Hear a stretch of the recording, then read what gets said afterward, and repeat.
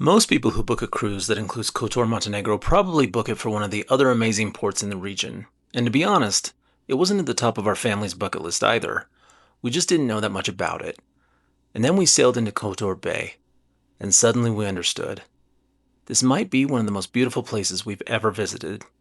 Towering mountains, crystal clear blue water, medieval villages. And as we discovered, an absolutely fantastic family-friendly place to explore by boat. So if Kotor is on your cruise itinerary, stick around, because we're going to show you exactly what we did here and why we'd happily come back.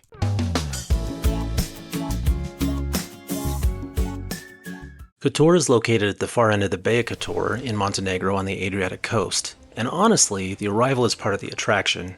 The bay almost doesn't look real.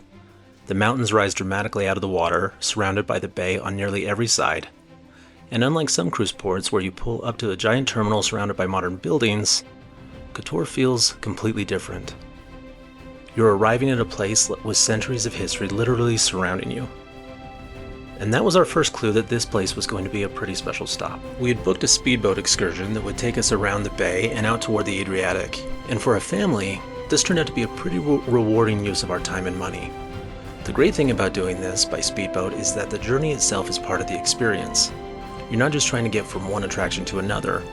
You're surrounded by the incredible scenery the entire time. We passed little coastal villages, historic buildings, and these enormous mountains that seemed to follow us everywhere we went.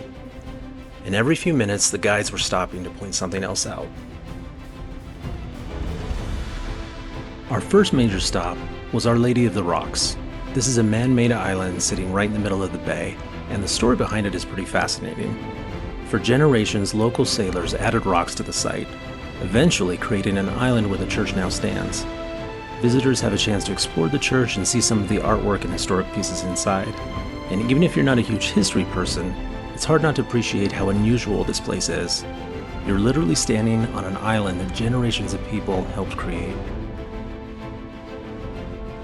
As we continue through the bay, we pass the town of Perast. And this is one of those places where you start thinking, okay, why have I never heard of this place? The little stone buildings, historic churches, mountains, and blue water make it look almost like a movie set. And this was only the beginning.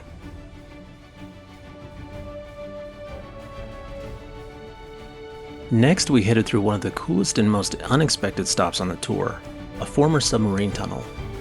During the Cold War, these tunnels were used by the Yugoslav Navy to hide submarines from enemy aircraft and surveillance. And now, you can actually take a boat right inside. It's a very quick stop, but it's one of those things you definitely wouldn't discover just wandering around Kotor on your own.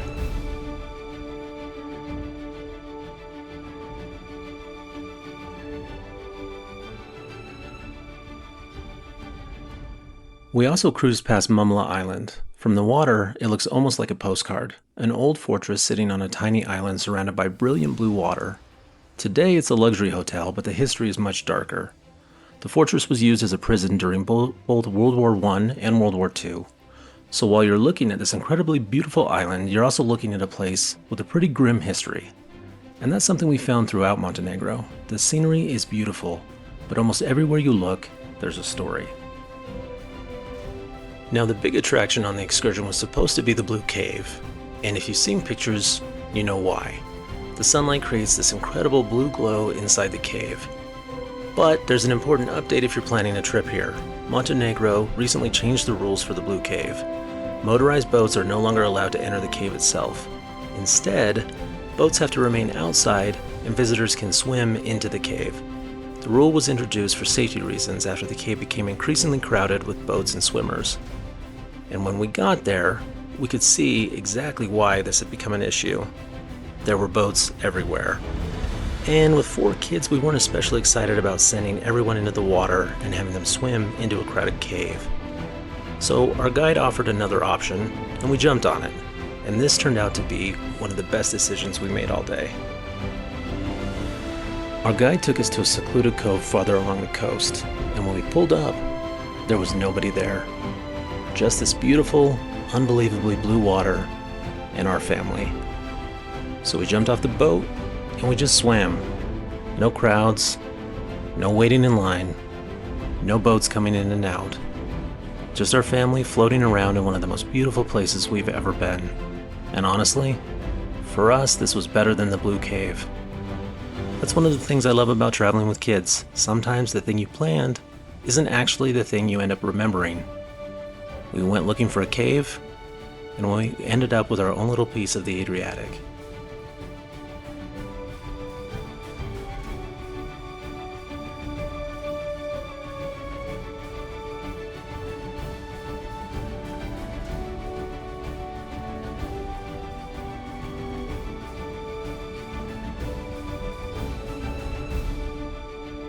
Eventually, it was time to head back, and after spending the morning out on the water, we still had plenty of time to explore the old town. And this is where Kotor completely won us over.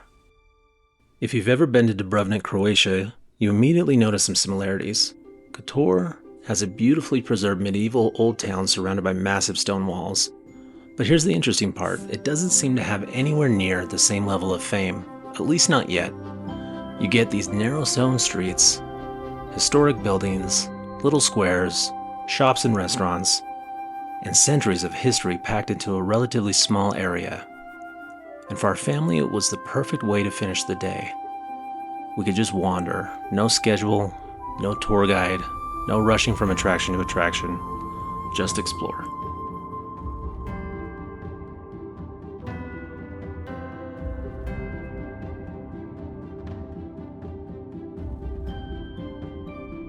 And then there were the cats. Lots and lots and lots of cats.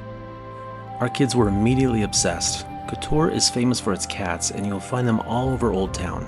Sleeping in doorways, wandering through the streets, hanging out in little squares, and apparently posing for tourists. If you have kids, I'm just warning you now, you're probably going to spend more time looking for cats than you had planned.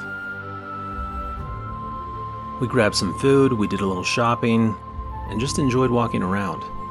And that's really what I think makes Kotor such a great cruise stop. You can make the day as adventurous or as relaxed as you want.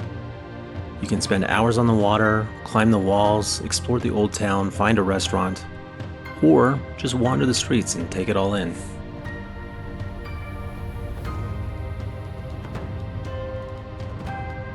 So, would we recommend Kotor as a cruise stop? Absolutely. In fact, Kotor surprised us more than any other port on this trip.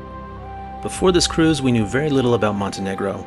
Now, we'd happily come back, and we'd take a cruise that included Kotor again. Because this isn't a port where you just get off the ship, see a couple of sights, and get back on board. The scenery alone is spectacular. The history is fascinating. The old town is beautiful.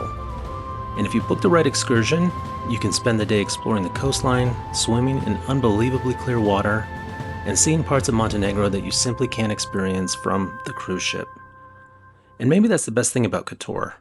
It's still one of those places that feels like a secret.